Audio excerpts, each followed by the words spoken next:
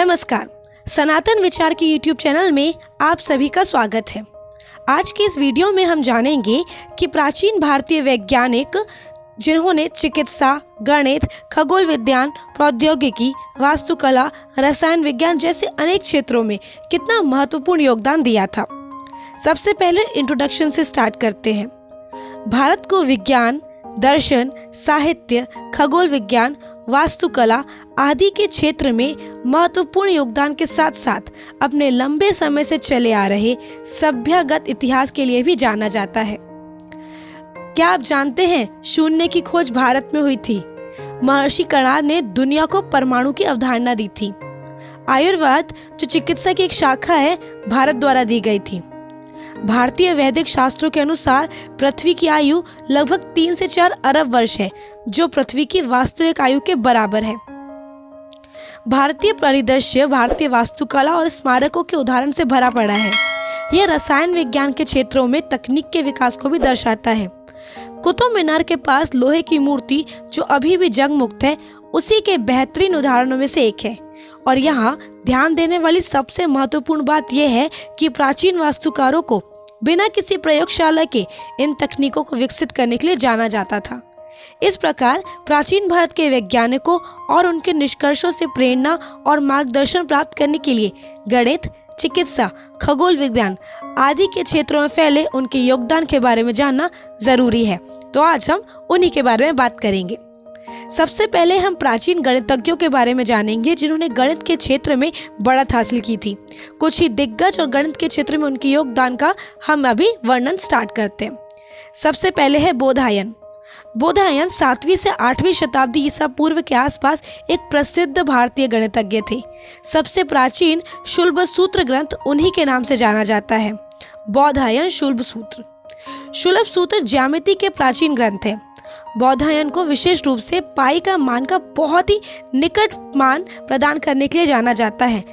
Pythagoras से बहुत पहले बोधायन शुल्ब सूत्र ने भुजा, कोटि, कर्ण और न्याय के रूप में तथाकथित पाइथागोरस प्रमेयों का स्पष्ट प्रतिपादन करने के लिए जाना जाता है। फिर आते हैं आचार्य पिंगला। आचार्य पिंगला प्राचीन भारत में गणित के क्षेत्र में एक महत्वपूर्ण नाम है। वे 2री और 3री शताब्दी ईसा पूर्व के बीच रहते थे। चंदास सूत्र को पिंगला सूत्र के नाम से भी जाना जाता है।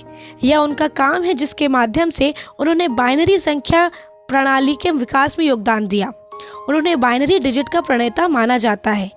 आचार्य पिंगला द्वारा लघु और गुरु शब्दों का प्रयोग बाद में शून्य की खोज का आधार बना। ऐसा माना जाता है कि आचार्य पिंगला ने शून्य शब्द का प्रयोग किया था, जिसका अर्थ है शून्य। अब हम बात करते हैं आर्यभट्ट के बारे में। अंतर्राष्ट्रीय स्तर पर अपनाई गई शून्य के साथ दशमलव स्थानमान प्रणाली भारतीय भारत में इनकी उत्पत्ति का पता लगाती है।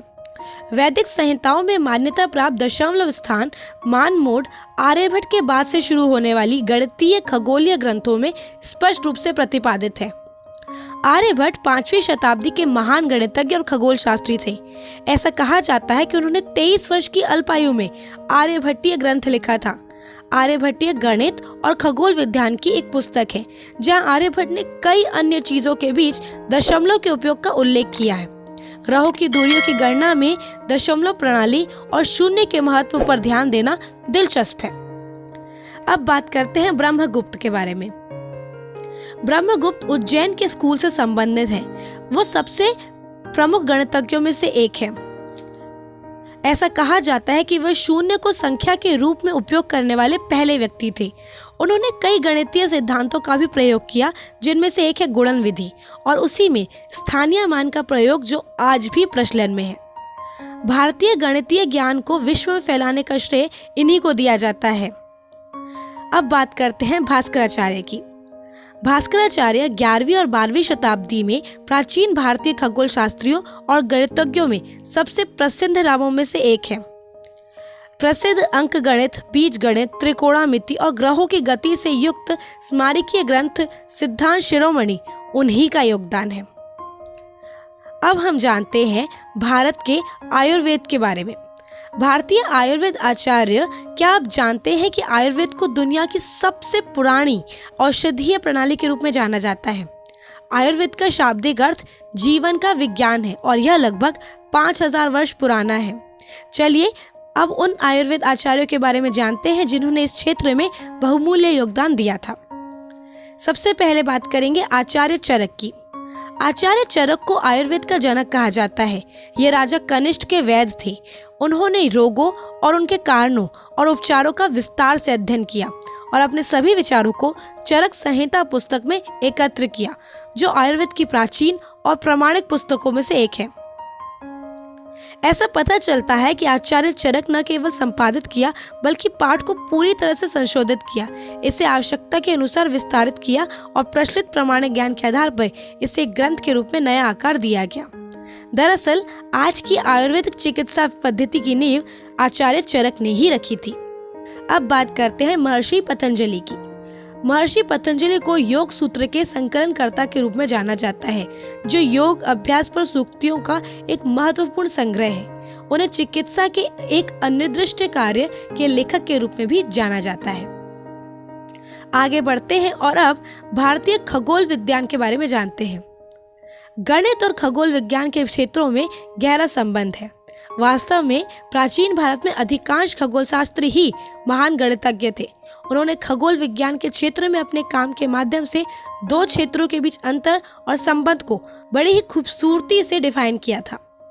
चलिए अब कुछ प्रमुख खगोल शास्त्रियों के बारे में भी जानते हैं। सबसे पहले बात आती है आर्यभट्ट की। आर्यभट्ट को पहले से ही प्राचीन भारत के सबसे प्रसिद्ध गणितज्ञों के रूप में से जाना जाता है, लेकिन वो एक खगोल शास्त्री भी थे। खगोल शास्त्री मतलब वे जो ग्रहों और आकाशगंगाओं का अध्ययन करते हैं। कहा जाता है कि उन्होंने नालंदा की प्रसिद्ध वेधशालाओं में अध्ययन किया था। चूंकि नालंदा विश्वविद्यालय एक खगोलीय वेधशाला से सुसज्जित उस समय पाटलिपुत्र में था, यह अनुमान लगाया जाता है कि आर्यभट्ट नालंदा विश्वविद्यालय के प्रमुख रहे होंगे। अब बात करते हैं भास्कराचार्य की। गणित के क्षेत्र में भास्कराचार्य के योगदान को पहले ही गिनाया जा चुका है। उन्होंने अनेक खगोलीय गणनाएं भी की। उदाहरण के लिए भास्कराचार्य ने एक वर्ष के सटीक समय की गणना की, यानी पृथ्वी द्वारा सूर्य की एक परिक्रमा पूरी करने में लगने वाला समय। उनकी कृति सिद्धांत शिरोमणि में गणिताध्याय और गोलाध्याय खगोल विज्ञान को समर्पित है। यह ग्रहों की दूरी, सूर्य ग्रहण, चंद्र ग्रहण, चंद्रमा की कलाओं आदि और प्राचीन भारत खगोल विज्ञान के अन्य आवश्यक ज्ञान से संबंधित है। वे इस पुस्तक में अंतरिक्ष, ग्रहों की गति, कलाओं और उनकी गणना आदि के बारे में बात करते हैं। आगे बढ़ते हैं और जानते हैं वराहमिहिर के बारे में। वराहमिहिर उज्जैन के थे और अपनी दो रचनाओं पंचसिंधिका और वृहत संहिता के लिए प्रसिद्ध है। पंचसिंधिका 5 खगोलीय सिद्धांतों पर एक ग्रंथ है। गणितीय खगोल विज्ञान पर एक काम। इसके 5 भागों में यह 5 पहले के खगोलीय ग्रंथों का सारांश देता है। सूर्य सिद्धांत, वशिष्ठ सिद्धांत, पौलिशा सिद्धांत, रोमक सिद्धांत और पैतामह सिद्धांत। दरअसल प्राचीन भारत ने विज्ञान के अन्य क्षेत्रों में भी बहुत योगदान दिया, जैसे रसायन विज्ञान, भौतिकी, कृषि। आइए उनके बारे में भी संक्षिप्त रूप से थोड़ा थोड़ा जानने की कोशिश करते हैं। सबसे पहले बात करते हैं महर्षि कर्णाद की। महर्षि कर्णाद भारतीय दर्शन के वैशेषिक स्कूल के संस्थापक हैं, जो अपने भीतर भौतिकी की प्राचीन भारतीय परंपरा को समाहित करता है। ऐसा कहा जाता है कि महर्षि कर्णाद का नाम इसलिए रखा गया था क्योंकि एक तपस्वी के रूप में वे खेतों से उठाए गए अनाज पर अपना गुजारा करते थे।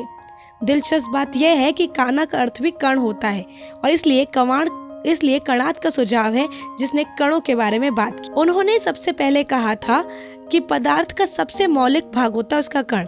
उनका मानना था कि भौतिक दुनिया की सबसे छोटी इकाई नग्न आंखों से नहीं देखी जा सकती, ना ही विभाजित की जा सकती है और ना ही उसे नष्ट किया जा सकता है। अब बात करते हैं नागार्जुन की। नागार्जुन, इनका जन्म गुजरात के प्रसिद्ध सोमनाथ मंदिर के पास देहाग किले में हुआ था। उन्होंने धातुओं को पिघलाने और नई धातुएं बनाने के क्षेत्र में काम किया। उनका प्रयास आधार धातुओं को सोने में बदलने पर केंद्रित था। हालांकि वे मूल धातुओं को सोने में बदलने में सफल नहीं हो सका, लेकिन उनकी तकनीक में सोने जैसी चमक वाली धातु निकली, जिसका प्रयोग आज भी नकली आभूषण बनाने के लिए किया जाता है। रत्नाकर के रूप में जाने जाने वाले उनके काम में अलकेमिकल प्रक्रियाओं और पारायौगिकों की तैयारी का वर्णन शामिल है। उन्होंने सोने, चांदी, टिन और तांबे जैसी धातुओं को उनके अयस्कों से निकालने और शुद्धिकरण की विधियों के बारे में भी बताया था। अब बात करते हैं वराहमिहिर की। खगोल विज्ञान में वराहमिहिर के योगदान का उल्लेख पहले ही किया जा चुका है। उन्होंने विशेष विषयों जैसे जल विज्ञान, मौसम विज्ञान, ज्योतिष, भूकंप विज्ञान आदि का आश्चर्यजनक ज्ञान को प्रदान किया था। पृथ्वी विज्ञान और भूविज्ञान और पर्यावरण आदि के क्षेत्र में भी उनका काम बहुत ही दिखाई देता है। उन्होंने सबसे पहले बताया कि दीमक और भूमिगत पौधे जीवन की उपस्थिति को दर्शाते हैं। वे भूकंप और उनके मामलों में भी लिखते हैं और ग्रहों के प्रभाव, भूकंप, समुद्र के नीचे की हलचल, इनके बारे में भी बताने की उन्होंने कोशिश की। आगे भी ऐसी महत्वपूर्ण जानकारियों को पाने के लिए सब्सक्राइब कीजिए सनातन विचार को। धन्यवाद।